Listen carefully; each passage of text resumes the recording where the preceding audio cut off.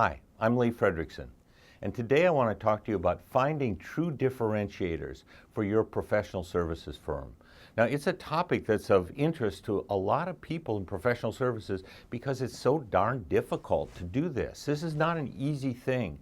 Professional services firms are very difficult to differentiate between the two because the services they offer sometimes are so flexible and the people are flexible, so it's hard to really find what is it that really makes you different. Now, there are three important tests to think about, and these help you think through the possibilities and try to understand what's the right type of differentiator for you. First thing that you have to consider is this differentiator true? I mean, is it really characteristic of your firm?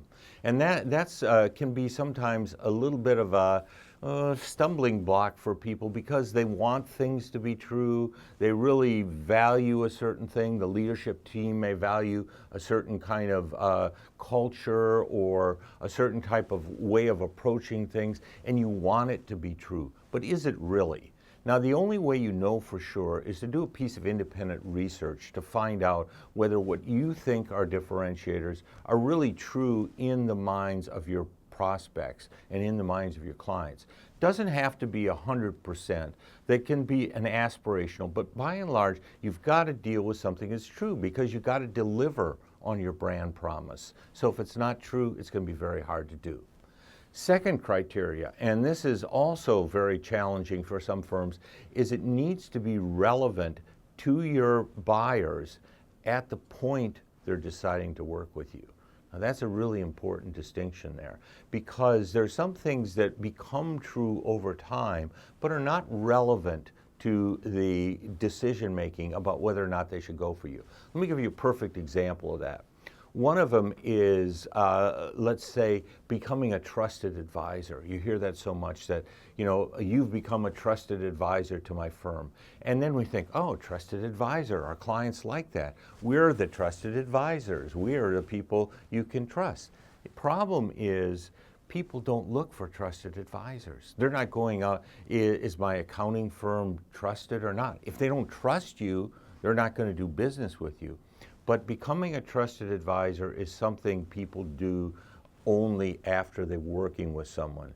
More likely, they're interested in, can you solve my business problem? Do you understand my industry? Those are the things that are going to be relevant to you. So it's more about your expertise and what you can help them do that's relevant. And again, your research is going to help you figure that out. The third criteria is it provable? So you can have something that's true and something that is relevant, but if you can't prove it. So for example, you say, we have the most talented staff. Well, okay, how do you prove that? How do we know they're talented? They don't look any different, What makes them more talented? So how do you prove that? Well, you may have like publications or have them doing speaking engagements, making that expertise visible. That may be the way you prove it. Or you may get an award.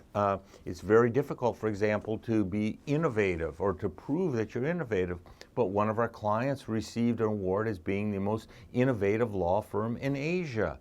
And this was by a respected independent newspaper. So getting awards sometimes can be the proof you need to help get across what your point is. Those three things when you're going looking for your differentiators. Are they true? Are they relevant to your clients at the time they're making the decision?